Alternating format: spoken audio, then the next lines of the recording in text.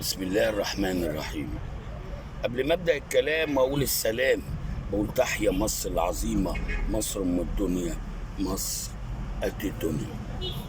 ما زلنا مع الاخوان والسلفيه الجهاديه وعمليات الاغتيال اللي كانت بتتم في مصر. وطبعا انا كلمتكم على وزير الاوقاف سنه 3 سنه 77، ودي كانت محاولة الاغتيال. وطبعا اغتالوا وزير الأوقاف الشيخ الذهبي لما خطفوه من منزله وضربوه بالنار في شقته. ولكن بعد عمليات بعد كده كام عملية فاشلة، والتنظيم ده خرج من رحم الإخوان المسلمين. وتنظيم الجهاد كان بيرقصوا الدكتور الظواهري. وبعد سلسلة عمليات فاشلة وناس نجت من المحاولات بتاعتهم، جت دور على الدكتور عاطف صدقي رئيس وزارة مصر، وبدأوا يرصدوا تحركاته من أول خروجه من مجلس الوزارة لحد ما يروح البيت، الموكب بتاعه بالحراسة. وجم عند مكان مش هتعرفوا ان الناس دي، مش هقول كافرة، الناس دي عندها القتل بلا رحمة. عشان تعرفوا ما بيفرقوش بين عيل صغير وبين واحد كبير. الناس دي اشتروا عربية من معرض سيارات وفخخوها وحطوا فيها كم أنبوبة غاز، وحطوا العربية جنب مدرسة، لأن الموكب بتاع رئيس الوزراء الدكتور عاطف صدقي بيمر من شارع الخليفة المأمون على بيته، يعني اللي في مصر الجديدة، بيجي من مجلس الوزراء كده. وحددوا الميعاد وحددوا وقت التفجير، ولكن عناية الله كانت في حراسة الدكتور عاطف صدقي.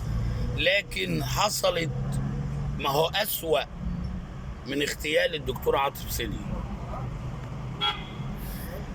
لأن هما زرعوا العربية وكانوا شارينها من معرض سيارات وحطوها جنب المدرسة وفخخوها وظبطوا كل حاجة.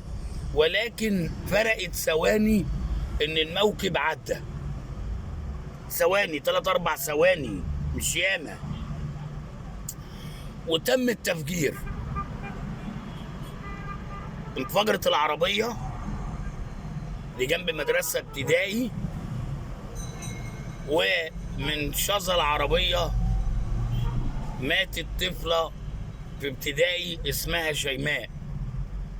والطفلة شيماء كانت قاعدة في الفصل، ولكن قدرها على ايد ناس خايبة، على ايد ناس بتقتل بلا رحمة، على ايد ناس لا عندها دين ولا ايمان. ماتت الطفلة المسكينة، و14 من زمايلها في الفصل اصابوا اصابات خطيرة ما نعرفوش بعد كده. اللي مات بعد كده، لان المدرسة كلها كان فيها اصابات، بس الفصل بتاع شيماء اللي هو كان اتجاه التفجير هو اللي ماتت فيه الطفلة شيماء، طفلة في ابتدائي، و14 من زمايلها في الفصل اصابات خطيرة. الناس دول يا سادة،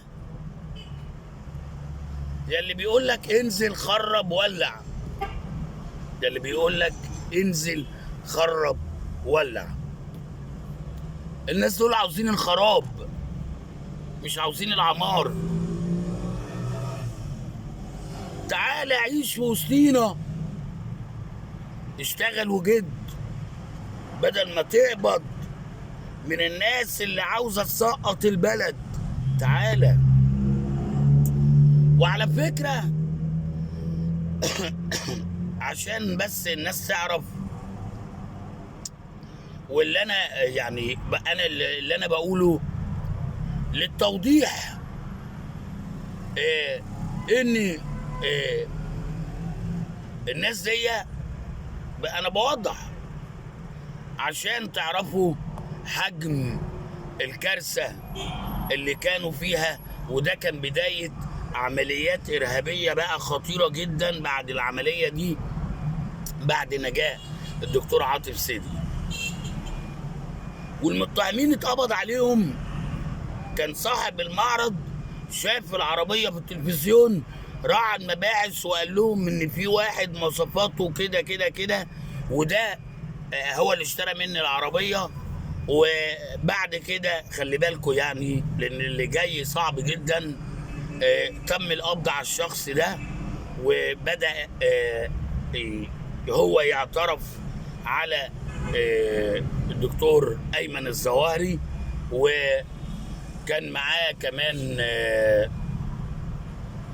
بعض اللي هم اللي كانوا معاه، يعني الظواهري والناس اللي هم كانوا في التنظيم معاه.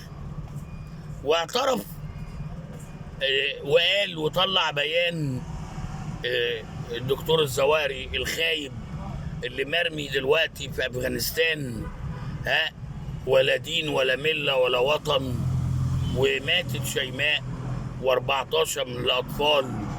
وانا وعدتكم ان انا هعمل فيديوهات صغيره بس هقول على عمليات اللي هم عملوها. يا مصريين حافظوا على بلادكم، يا مصريين حافظوا على مصر. مصر امان، مصر امان. بصوا للدول الاوروبيه النهارده، انجلترا 3 رئاس وزراء يستقيلوا في شهر، ما حصلتش في تاريخ انجلترا كلها. الانجليز في شهر 3 رئيس وزراء يستقيلوا، لان في ازمه اقتصاديه طاحنه عندهم ومش عارفين يعملوا حاجه.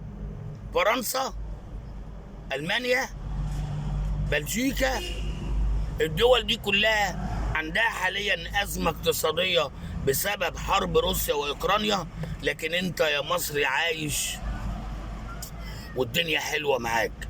خلي بالكم عشان تبقوا عارفين. وانا قلت قبل كده اللي عدى صعب واللي جاي اصعب، ولكن ختمت الكلام وقلت السلام، قلت تحيا مصر العظيمه، مصر ام الدنيا، مصر قد الدنيا. اللي جاي على مسؤول، لكن اتوفاه الله. عمليه ارهابيه خطيره، ولكن قضاء الله نفذ وقتلوه في سيارته. هكمل في فيديو تاني. والتحية العسكرية، لأني كنت بخير أجناد الأرض. تحيا مصر، تحيا مصر، تحيا مصر.